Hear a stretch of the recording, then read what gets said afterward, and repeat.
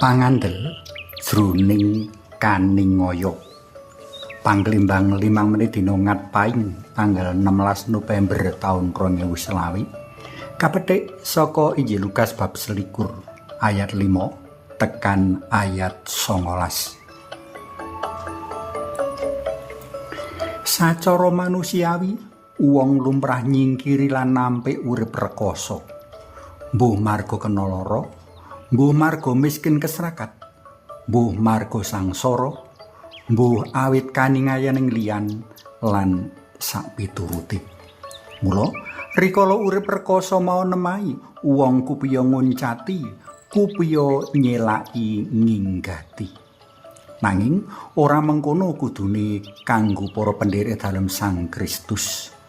Urip rekoso mligine marga kaningaya liyan mujudake sawijining pandadaran iman kapitayan kang bakal ngawuhake urip lan slamet rikala kaayati linandhesan pangandel mring Sri Yesus Sang Juru Slamet.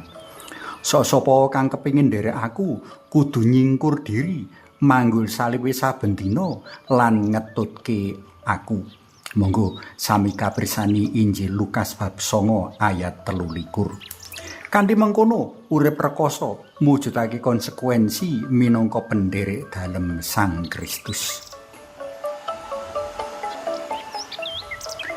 Gusti Yesus sing waosan dina iki mecakake bab mangsa kaningaya kang bakal nemahi para murid kang luwih dhisik kawiwiti lan kacontoni dening panjenengane minangka Sang Guru. Mangsa kaningaya iki ora amung sedina rong dina, seminggu rong minggu, sewulan rong wulan, apa meneh setahun rong taun. Sejarah gereja nyatet menawa mangsa kaningaya mring para pendherek dalem Gusti iki dumadi 300 taun suwene.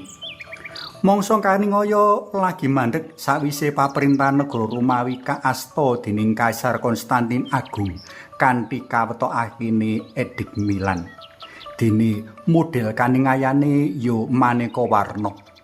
Ana sing diedu karo kewan galak ing arena gladiator, ana sing disalib malang njungkir lan ngeping, ana sing diseret jaran ing satengahing dalan-dalan kutha, ana sing diobong, ana sing dibandemi watu utawa dirajam lan sakpiturute.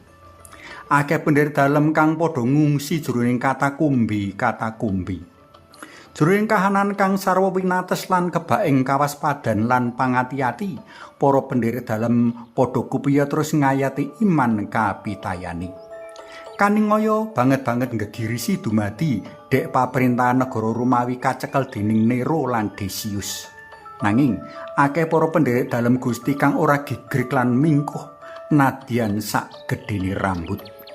Para pendherek dalem tansah ngugemi janji wigati injing Gusti menawa sapa tuhu ketuk wekasan bakal nemoni slamet. Sapa kang tetep jroning pangandel, bandel sarta kendel ngayati iman kapitayan bakal slamet. Monggo sami katingali Injil Lukas bab 21 ayat 19. Ing kene Gusti ora mung janji, panjenengane uga nganteni para seksi iman nganggo kuwasa dalam Yang Roh Suci.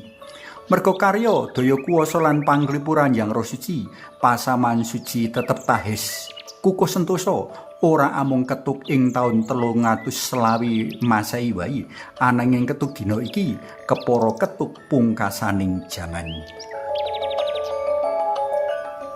Para tresna pelen kinasih, Gusti Yesus lumantar waosan dina iki ngelingake kita marang para pendherek dalem Gusti mring kendeling iman kapitayan sarta wuleting pangarep-arep para martir kang ndadekake para luhur mau dadi kaca benggala pasamuan.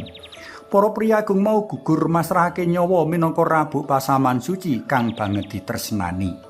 Kita kang urip ing jaman iki kateguhake kanggo ora gampang klukur lan loyo rikala ngadepi kahanan urip rekoso kang maujud ana arupa apa wae.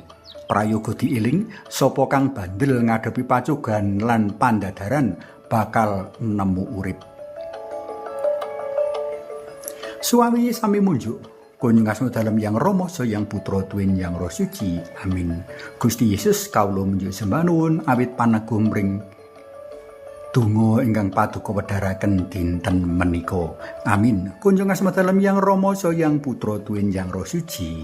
Amin.